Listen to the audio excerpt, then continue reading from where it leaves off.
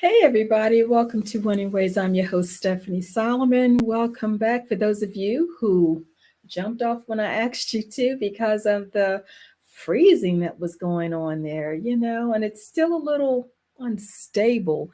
It's funny that tonight's topic is dealing with stability, but we're going to move forward. I'm not a perfectionist, at least I don't think I am, but I do believe in being tenacious.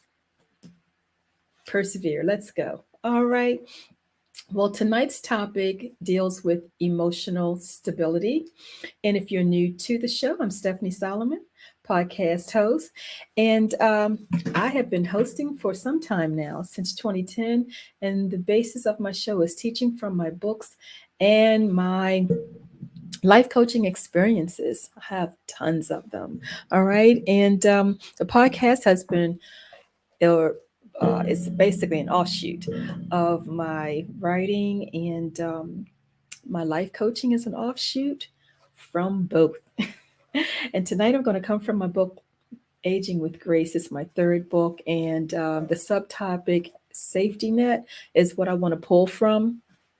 I'm not going to be on long, folks. It has been a crazy day for me, and I think it's been a crazy day for you too. But I just want to encourage someone who has recognized that they are not a stable, emotionally stable force to be around.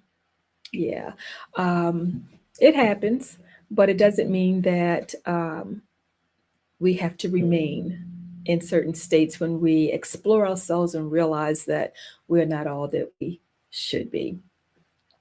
I think that we ought to be safe spaces for people. Above all, I think we ought to be a safe space for us, for ourselves. And that's a growing, uh, it's something that we grow into, basically. You know, we learn to adapt, I believe, at different phases of our lives, particularly as young people. And what worked then is not working now for many people.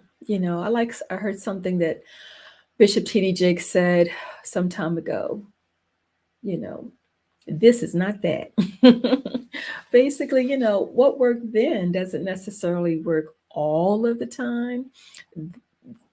There were tools and skills that we use for different seasons of our lives that are not workable now. We adapted, many of us adapted to survive, get through certain experiences, and unbeknownst to many of us, we carry those adaptive behaviors into other arenas and other areas of our lives, and they're not working there.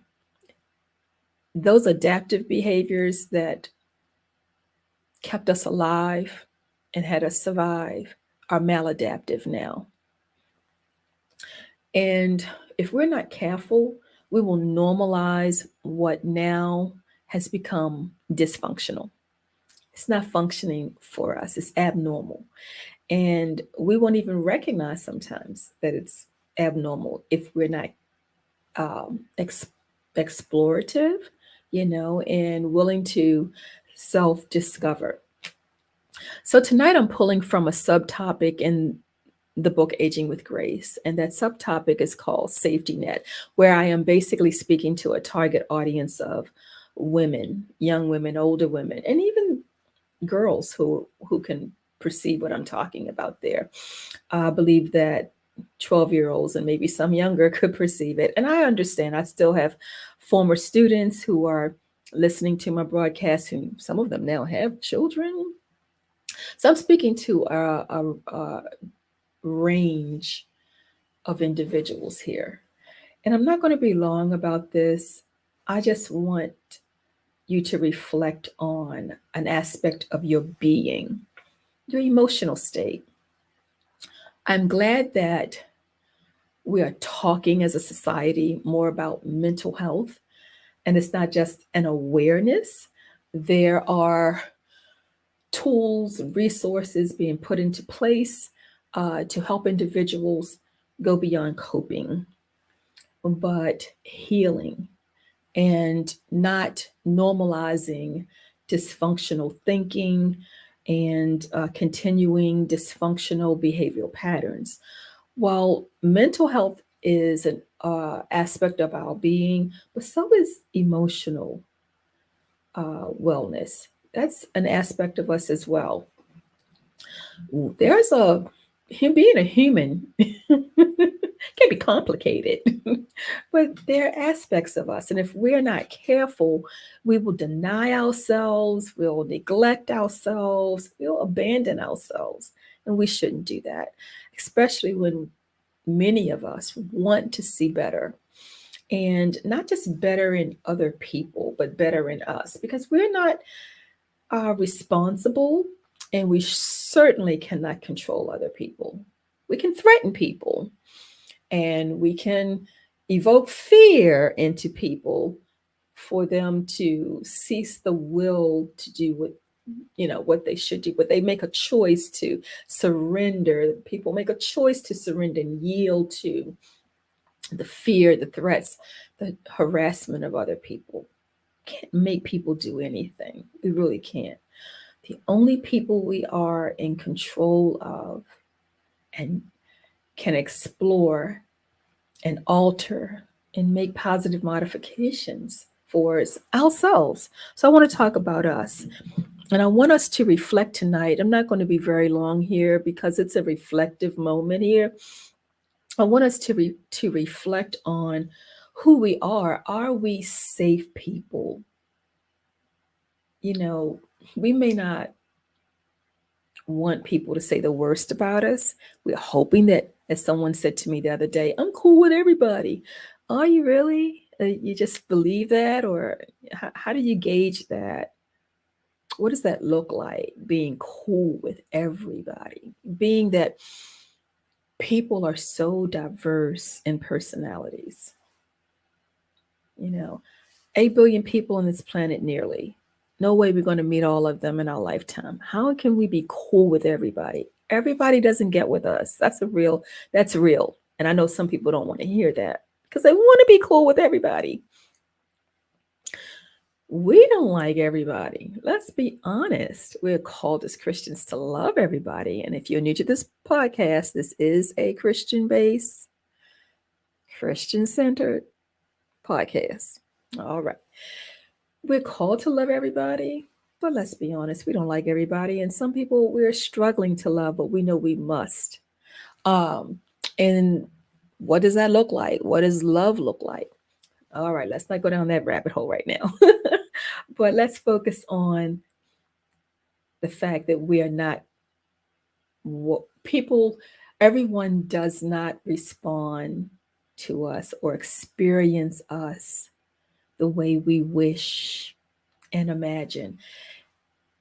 And some of that's out of our control because of who people are and um, what they bring to the table, baggage, emotional, you name it. We're not responsible for that, but we are responsible for us. And sometimes we're not self aware. And if you've been watching me for a minute, you know I've been on this kick of self awareness for a while. And sometimes we're not socially aware, but moreover, self aware enough to know that we're getting it wrong here, you know, because for different reasons, maybe because a certain behavior pattern, a pattern of behavior rather, has been with us so long we've normalized it.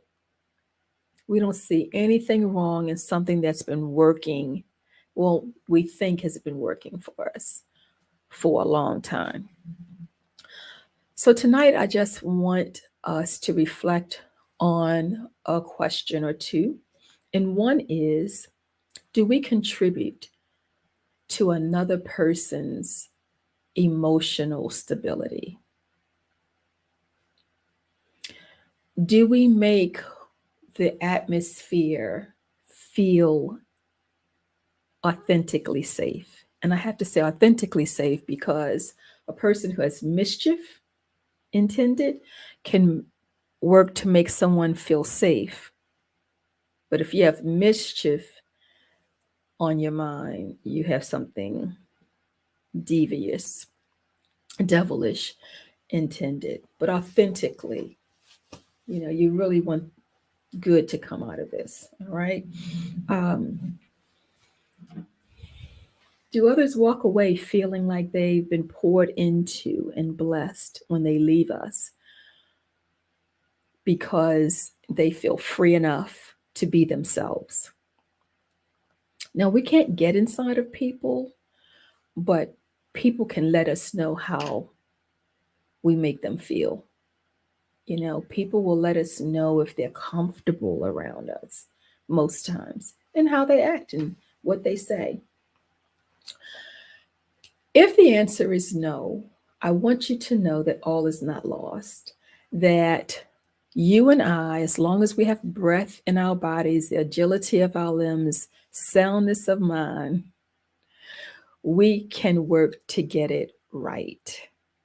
We can reestablish ourselves and we can create roots of better so that we can become the best version of us. And becoming the best version of us, a part of that is becoming emotionally stable. Being emotionally stable is not, you know, bad. It's not a bad word. It's not a red flag to be emotionally stable. I know that we talk a lot about mental health, and being sound in mind is something we must manage our thoughts. I've talked about that, but we also have to manage our feelings. We have to understand that feelings are not always fact, as I heard someone say, and I've also heard a therapist say. Feelings are real, they are part of who we are. I believe in feeling them, but I do believe that they shouldn't drive the train. They should not decide the course of action. We have to learn to manage them as well. We have to manage ourselves. The Bible says that he who has self discipline, manages him or herself, is greater than one who rules a city.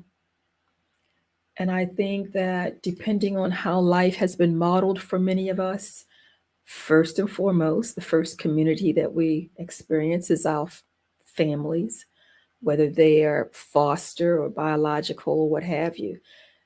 That's where, as young people, we pick up these cues and we learn what we learn, and we don't know any better, and we take that information out into the world.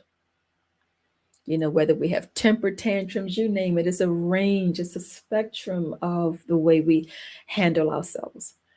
And many people are emotionally stunted. They're immature, they're grown people, 50, 60, 70, 80, 90 years old, and emotionally stunted, emotional, emotionally underdeveloped. And when we are emotionally underdeveloped, we are going to have a negative impact on those around us. And again, if those around us, if this is all they know, and the cycle, and they repeat it, the cycle just continues.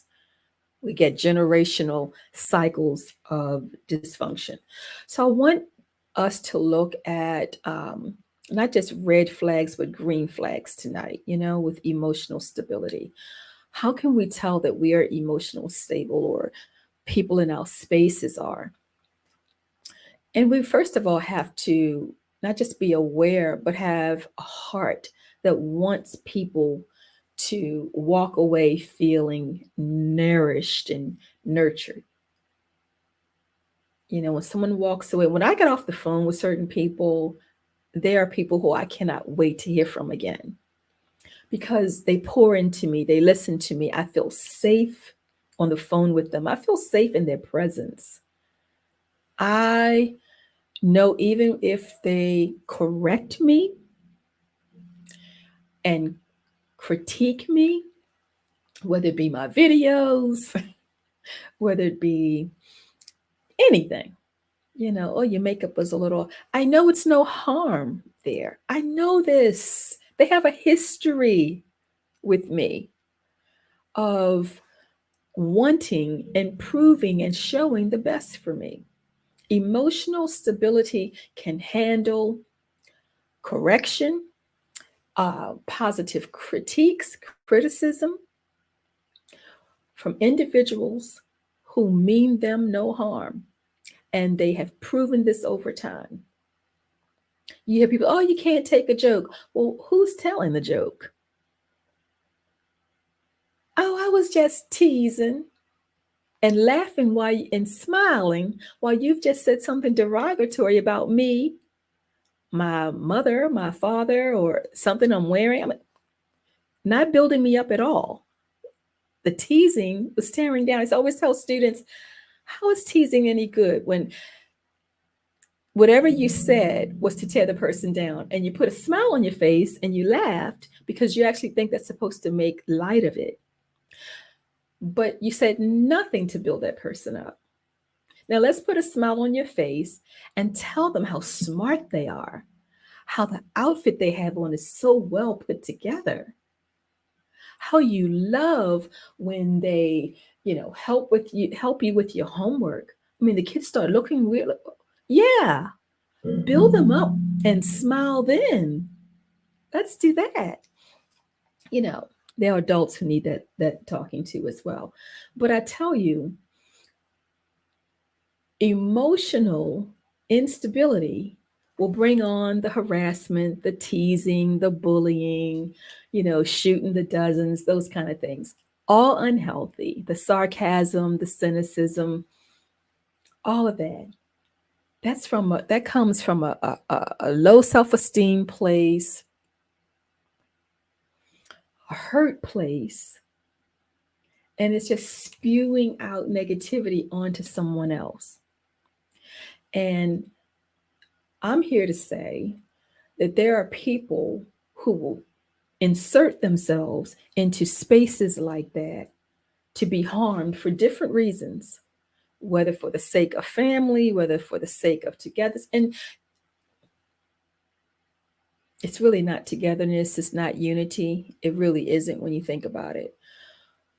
But your emotional self is being wounded, knives and daggers and spears and all of that being thrown at you, and you're in this space knowing it's not a healthy place. I'm here to say to you, it's okay to remove yourself. It's okay to regroup. It's okay to recapture you. Don't abandon you. Go back to you. Explore you and figure out why you're subjecting yourself into such atmospheres. And I'm saying to the person who's contributing to this, check yourself. It is not healthy for you to be seen this way because, after a while, at some point, people are not going to want to be around you. They don't want to be around you now. They're putting up with you. But don't you want people to enjoy you when they are around you? It's not too late to correct certain behaviors and patterns of behaviors. I don't care how long they've been in your family, how long you've done them, how long you've seen it happen in your work culture, your classroom culture, what the playground culture, whatever environment. You can stop it, and you can have the courage to stop it. That's if you want to see and to live in the best version of yourself. It's dysfunctional to be an emotional assassin, to intentionally go out and hurt people emotionally, wreck their lives because you have arrested development, or you're just emotionally stunted. It's not cool, not cool at all. So what I want you to walk away with today, whether you are the person who inserts yourself and you're not courageous enough to get out of it, but you know that you're emotionally wounded, you're emotionally unstable, and you have to be fixed. And you can work on that. If you're the person who's been doing it and you don't have a role model of what not doing it looks like, I get it. you can reestablish yourself as well. First, it starts with wanting to no longer be that unstable person emotionally. Pay attention to what you're doing. Pay attention to what's happening around you. Ask yourself, do I want to be in this space where I'm not being built up or I'm not building others up? Pay attention. Those are flags, you know. I know that I've seen people be uncomfortable when individuals compliment them, point out their strong uh, traits, and they don't know what to do. They look bewildered.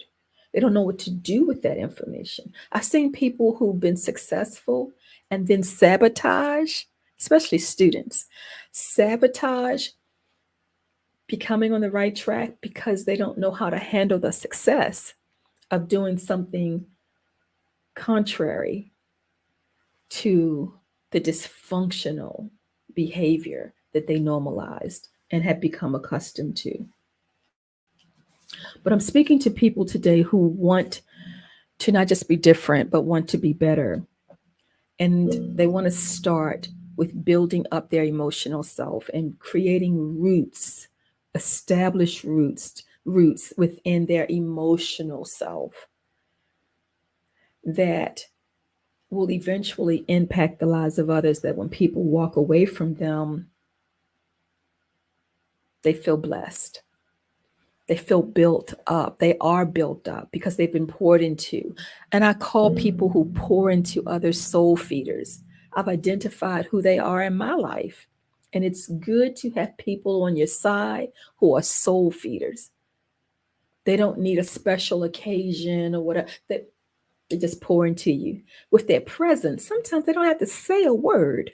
It's their presence, it's the energy that comes from them. It's a look of confidence. Whoops. It's a look of confidence in you that they have. Emotional stability underlines all of that. And when we are emotionally stable, we can truly bless others with that stability. Well, how do I become that person, Stephannie? Slow down, move slow with some things, learn to listen. I was in my Pilates class this morning, and the instructor corrected some of us with a particular move that we were on. And she said, slow and easy. That's how this is done. That's how this muscle is worked. And this is how you get a certain type of result. It's slow and easy. And that stuck with me. And I applied it within other areas of my life. Sometimes we want to be quick. We don't pay attention. We're not present in the moment and we don't pay attention to what really is happening. Slow and easy. Slow and easy. Listen. Listen to what's being said to us. Listen to what we're saying to others. Take the time to listen. Pay attention. Move slow. Because when we do that, we'll start seeing like creativity flourishing within ourselves and within people in our space. I've learned that when we create environments of emotional stability and safety, um, people in our sphere become creative or more creative. I believe that we're all creative at something, but become more creative. And we start to see people flourish, blossom and bloom because where they are, they don't mind letting those thoughts become a reality. I wonder if I did this or apply whatever. I don't care if they're making something out of clay, doing artwork or writing, singing, you name it. Going back to school, they're flourishing because they are in environments that build them up. When we are emotionally stable, we're not competing with others. We're encouraging others to become their best. And people around us, they're flourishing. It's really a reflection of us, especially if we're in leadership in our homes or on our jobs. When the people around us are flourishing, that environment is a safe space. And I've learned a safe space is a thriving place. Absolutely. So we'll see creativity abound. People will encourage growth. You know, one thing I like about the people who are in the core inner circle of my life, growth is encouraged within their own lives and in the lives of those around them. I love it. Growth is encouraged. Personal development. So, compliments, celebrational, personal development, growth, all of these things, listening, paying attentive, all of these things will speak, you know. Our emotional stability will speak peace to people where people become vulnerable. People feel okay to be transparent, truthful, not deceptive, not harmful. You know, some people don't tell the truth because they're afraid, you know. Our emotional stability is, you know, "Oh, I can predict what's going to happen here if I say this, that, or the other." Okay. So work today and every day to become the best version of yourself, which includes emotional stability. Create an environment that makes it safe for children, employees, neighbors, and even yourself. Emotional stability. So I just want you to think about that. Think about how you can contribute, pour into someone's life by being emotionally mature, because with that comes stability. And none of us are perfect. I get it. But work at it because it's good for self and it's good for others. Emotional stability, it's a good thing, not a bad thing. It's not a bad word. All right, I'm going to stop there and call it a day. I thank you. I thank all of you who jumped back on after having that technical emotional freeze out. There's still something going on here. I can tell, but that's technology, right? All right. So if you're uh, interested in any of the books, just log on to www.stephaniebooks.com and you'll get a signed copy if that's what you want. And if not, hey, it's available at bookstores and book distributors everywhere. And for a life coaching consultation, which is free, you can log on there as well. All right. Take care, everybody. It's been a long day, but a good day, right? Every day above ground is a good day. Absolutely. And this is still the day that the Lord has made. Let's choose to rejoice in it. Okay, everybody, have a great night. Lord willing, I will be back here next week doing the same thing. All right. Take care, everybody. Good night.